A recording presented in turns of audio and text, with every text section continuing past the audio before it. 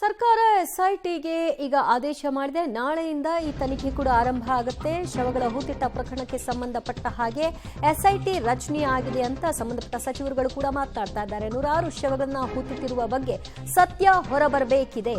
ಶವಗಳನ್ನ ಹೂತಿಟ್ಟಿರುವ ಸ್ಥಳ ಮಹಜರು ಮಾಡಬೇಕಾಗಿದೆ. ಆ ಕೆಲಸವನ್ನ ಈಗ ಎಸ್ಐಟಿ ಮಾಡುತ್ತೆ. ಇದು ಕೇವಲ ಸೌಜನ್ಯ ಕೇಸ್ ಮಾತ್ರವಲ್ಲ, ಎಲ್ಲವನ್ನೂ ಕೂಡ ಕೂಲಂಕುಷವಾಗಿ ತನಿಖೆ ಮಾಡಬೇಕಿದೆ ಅಂತ ದಿನೇಶ್ ಗುಂಡೂರಾವ್ ಅವರು ಕೊಟ್ಟಿರುವ ಹೇಳಿಕೆ. ತನಿಖೆ ಮೇಲೆ ಯಾರೂ ಕೂಡ ಒತ್ತಡ ಪ್ರಭಾವ ಬೀರುವಂತಹ ಸನ್ನಿವೇಶವೇ ಇಲ್ಲ ಅಂತ ದಕ್ಷಿಣ ಕನ್ನಡ ಜಿಲ್ಲಾ ಉಸ್ತುವಾರಿ ದಿನೇಶ್ ಗುಂಡೂರಾವ್ ಸ್ಟೇಟ್ಮೆಂಟ್ ಕೊಟ್ಟಿದ್ದಾರೆ. ತಿಳ್ಕೊಳ್ಳುವಂತ ಅವಶ್ಯಕತೆ ಇದೆ. ಮುಂದೆ ಬಂದಿರುವಂತದ್ದು ಅನಾಮಧೇಯ ಭೀಮಾ ಅನ್ನೋರು ಮುಂದೆ ಬಂದು ಅಲ್ಲಿ ನಾನು ಸಾಕ್ಷಿ ಆಗ್ತೀನಿ, ನಾನು ನೋಡಿದ್ದೀನಿ ಅವನ್ನ ಅಂತ ಹೇಳಿದ್ದಾರೆ. ನೋಡಿ ಈಗ ನಾವು ಯಾವ ಆ ಸಾಕ್ಷಿದಾರರ ಹಿನ್ನೆಲೆ ಏನು ಮತ್ತು ಆ ವಿಷಯಕ್ಕೆ ನಾವು ಹೋಗೋಕೆ ಆಗೋದಿಲ್ಲ. ಪೊಲೀಸ್ ಅವರು ತನಿಖೆ ಮಾಡೋರು ಇದನ್ನು ನೋಡಬೇಕಾಗ್ತದೆ. ಮತ್ತು ಅಲ್ಲಿ ಏನು ಸಾಕ್ಷ್ಯಗಳೇನು ಸಿಗ್ತದೆ, ಎವಿಡೆನ್ಸ್ ಏನು ಸಿಗ್ತದೆ ಅಲ್ಲಿ ಹೋದಾಗ ಅದ್ರ ಮೇಲೂ ಕೂಡ ಈಗ 100 ಹೂತಾಕಿದ್ದು ಅಂತ ಹೇಳಿದ ಮೇಲೆ ಹೂತಾಕಿರೋ ಸ್ಥಳಕ್ಕೆ ಹೋಗಬೇಕು. ಅಲ್ಲಿರುವಂಥ ಶವದ ಒಂದು ಏನು ಅವಶೇಷಗಳೇನಿರುತ್ತೆ ಅದೆಲ್ಲ ಸಿಗಬೇಕು, ಪಾರ್ಟ್ಸ್ ಎಲ್ಲ ಸಿಗಬೇಕು. ಮತ್ತು ಅದ ನಂತರ ಅದು ಹೇಗೆ ಅವರು ಮರಣ ಆಯಿತು ಅಂತ ಅದನ್ನು ಕೂಡ ಫೊರೆನ್ಸಿಕ್ ಎಲ್ಲ ತನಿಖೆಗಳಾಗಬೇಕು.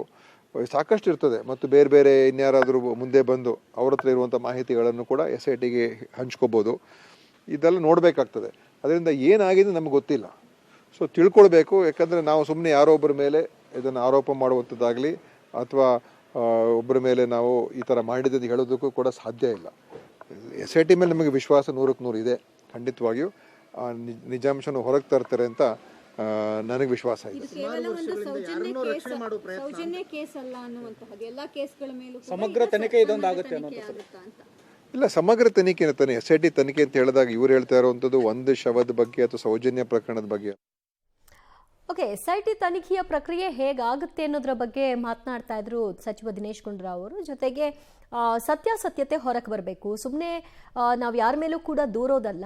ಈ ತನಿಖೆಗೆ ವಹಿಸಿರೋದೇ ಏನಿದೆ ಸತ್ಯತೆ ಅಥವಾ ಸುಳ್ಳೇನಿದೆ ಅದು ಗೊತ್ತಾಗಬೇಕು. ಅದರ ಬಗ್ಗೆ ಸಮಗ್ರ ತನಿಖೆ ಆಗಲಿ ಅಂತ ಹೇಳಿದ್ದಾರೆ.